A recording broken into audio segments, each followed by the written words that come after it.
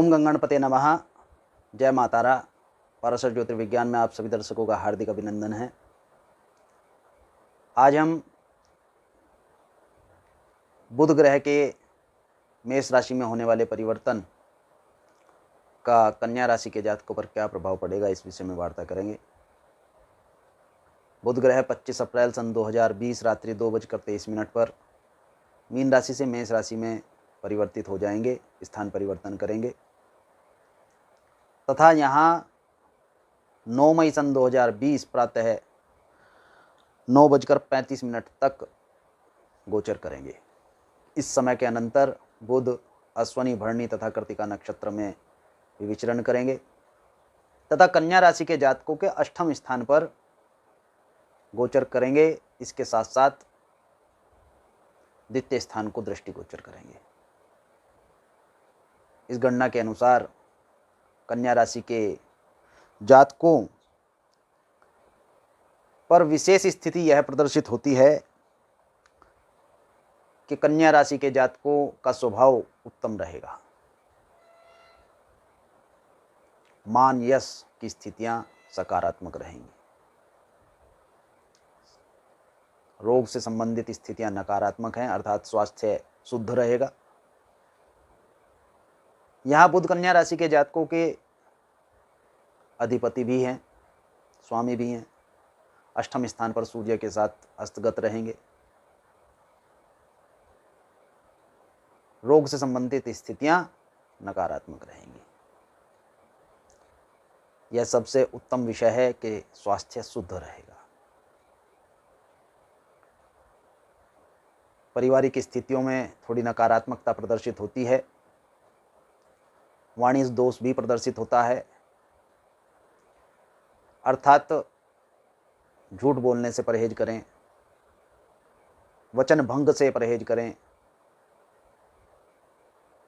अथवा एक विषय को दूसरे विषय, जिसे चुगली भी कहा जा सकता है, इस विषय को भी विशेष ध्यान दें। कन्या राशि के जातकों को ऐसा करने से इस समय में स्वास्थ्य में हानि हो सकती है। इसका प्रभाव सीधा सीधा स्वास्थ्य पर पड़ेगा।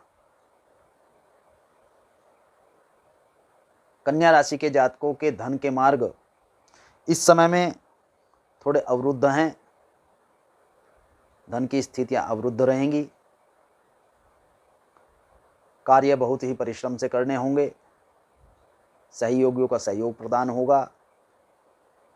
आपके जो कार्य साथी हैं, जो कार्य क्षेत्र में साथी हैं, कार्यालय में साथी हैं, अथवा आपके व्यापार आदि में जो आपका सहयोग करते हैं, ऐसे व्यक्ति या जो आपके कर्मचारी हैं आपके व्यापार में, वे व्यक्ति भी आपको भरपूर सहयोग प्रदान करेंगे। पराक्रम की स्थितियां थोड़ी न्यूनतम हैं, परंतु उसके पश्चात भी परिश्रम बहुत करना होगा। कन्या राशि के जातकों को सुख की स्थितियां थोड़ी कम ही प्रदर्शित होती हैं, क्योंकि परिश्रम बहुत अधिक करना होगा। तो इस समय में आराम की स्थितियां तो प्रदर्शित होती नहीं। भौतिक सुख भी कम प्राप्त होगा। इस समय में यदि निद्रा मिल जाए, यदि निद्रा करने का समय अर्थात रात्रि काल में आपको आराम करने का समय मिल जाए, तो यह भी आपके लिए सौभाग्य का विषय होगा। कन्या राशि के जातकों को बौद्धिक चिंतन करना चाहिए, अपितु बौद्धिक चिंतन करने का समय प्राप्त नहीं होगा, परंतु विषयों पर विचार करना तो बहुत आवश्यक है। संतान की ओर से किसी प्रकार की नकारात्मकता प्रदर्शित नहीं होती है। संतान की ओर से आपको चिंता करने का अधिक विषय नहीं है। विशेष तौर पर जिन कन्या राशि जातकों की कन्याएं हैं, अर्थात कन्या संतान की ओर से विशेष आप चिंता मत करें। सकारात्मकता स्थिर है तथा सकारात्मकता इस विषय पर पड़ती रहेगी। रोग की प्रबलता उतनी अधिक प्रदर्शित नहीं होती। शत्रु भी विप्लव नहीं कर पाएंगे, शत्रु आपको विचलित भी नहीं कर पाएंगे। शत्रु पक्ष कमजोर रहेगा। विवाद की स्थितियां भी कम संभावित प्रदर्शित होती हैं। विवाद सामने प्रदर्शित होगा ही नहीं। ग्रस्त जीवन साथी की ओर से थोड़ा नकारात्मक संकेत प्राप्त हो सकते हैं, चिंता का विषय हो सकता है, कुछ ही समय के पश्चात परिवर्तित हो जाएगा। 1 मई 3:52 पर जैसे ही बुध भरणी नक्षत्र में जाएंगे तो यह विषय भी परिवर्तित हो जाएगा।